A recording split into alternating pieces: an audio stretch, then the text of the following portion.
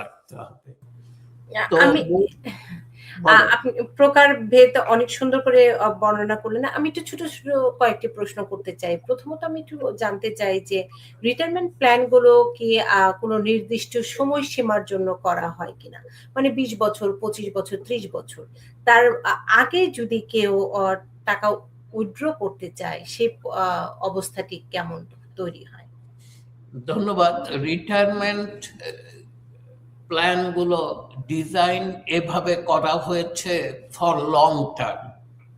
মানে ধরেন আমি চাকরি করছি, আজকে আমার বয়স 35, আমি রিটায়ারমেন্টে যাব সে 65-তে গিয়ে অথবা 60-তে অথবা এর পরে গিয়ে।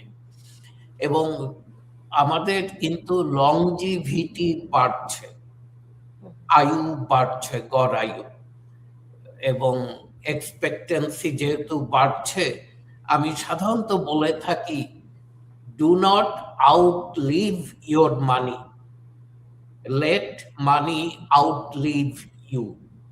তার মানে আপনি বুড়ো বয়সে গিয়ে হাতে কোনো টাকা নেই এই অবস্থায় যেন না পড়েন।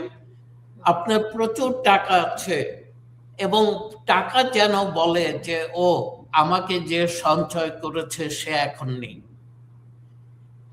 অর্থাৎ লেট মানি আউটলিভ ইউ। আপনার টাকা থেকে গেল, আপনি চলে গেছেন, কিন্তু টাকা চলে গেছে, আপনি জীবিত আছেন, এটা কিন্তু খুব কঠিন সময়। আর রিটায়ারমেন্ট প্ল্যানে যে প্রশ্নটা আপনি করেছেন, হ্যাঁ, ইউজুয়ালি 59.5 ইয়ার্স পর্যন্ত এইখানে আপনাকে কন্ট্রিবিউট অথবা টাকার যেটা কন্ট্রিবিউট করেছেন ওটাকে ধরে রাখতে হবে, সার্টেন এক্সেপশন ছাড়া। এক্সেপশন গুলো হচ্ছে যে আপনি ফার্স্ট টাইম হোম বায়ার, বাড়ি কিনছেন, আপনার টাকা দরকার, আপনি উইদাউট পেনাল্টি আপনি এখান থেকে টাকা উঠাতে পারেন। অথবা আপনার মেডিকেল নিডস, আপনি অসুস্থ, আপনার হেলথ রিজনে অথবা আপনার ফ্যামিলি মেম্বার, আপনাকে টাকা উঠাতে হবে, উইদাউট পেনাল্টি আপনি উইথড্র করতে পারেন।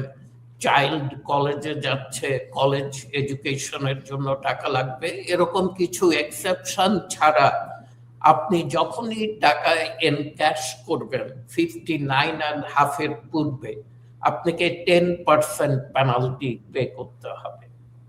ধরেন আপনি রিটায়ারমেন্ট প্ল্যানে রেখেছেন 100,000 আপনি উইথড্র করছেন এবং আপনার বয়স ধরে নিচ্ছি 55, আপনাকে 10,000 পেনাল্টি পে করতে হবে। অতএব আমরা রিকমেন্ড করে থাকি, রিটায়ারমেন্ট হচ্ছে যে আপনার 2 বছর পর অথবা 6 বছর পর যেই টাকাটা দরকার হবে সেই টাকাটা আপনি কিন্তু রিটায়ারমেন্ট প্ল্যানে রাখবেন না, সেটা রাখবেন আপনার নর্মাল সেভিংস অ্যাকাউন্টে অথবা অন্য কোথাও যেখানে লিকুইডিটির সুযোগ আছে। রিটায়ারমেন্ট প্ল্যানে যেই টাকাটা রাখবেন সেটা ফর লং টাইম, অ্যাটলিস্ট 59.5 এর পরে গিয়ে আপনাকে এনক্যাশ করলে এই পেনাল্টিটা আপনাকে বহন করতে হবে না। এটা হচ্ছে একটা জিনিস রিটায়ারমেন্ট প্ল্যানে। আরেকটি বিষয় আমি একটু জেনে নিতে চাই। কারণ মানুষের দুর্ঘটনা কিংবা অনাকাঙ্ক্ষিত অনেক কিছুই ঘটে। যদি কারো এই রিটায়ারমেন্টের অর্থ থাকে কিন্তু সে চলে যায়, সেই রিটায়ারমেন্টের অর্থ কি তার ডিপেন্ডেন্ট কিংবা অন্য কোনো ফ্যামিলি মেম্বার সেটি ব্যবহার করতে পারে কিনা? খুব ভালো প্রশ্ন। অনেকেই এটা যখন আমি রিটায়ারমেন্ট নিয়ে বলে থাকে যে এই যে আমি বললাম do not outlive your money, let your money outlive you. আমি টাকা রেখে গেলাম, আমি চলে গেলাম, এই টাকাটা কে পাবে? আমার বেনিফিশিয়ারি পাবে। আমি যখন রিটায়ারমেন্ট প্ল্যান করি আমাকে কিন্তু আমার নেমড বেনিফিশিয়ারি দিতে হয় যে আমার বেনিফিশিয়ারি কে হবে।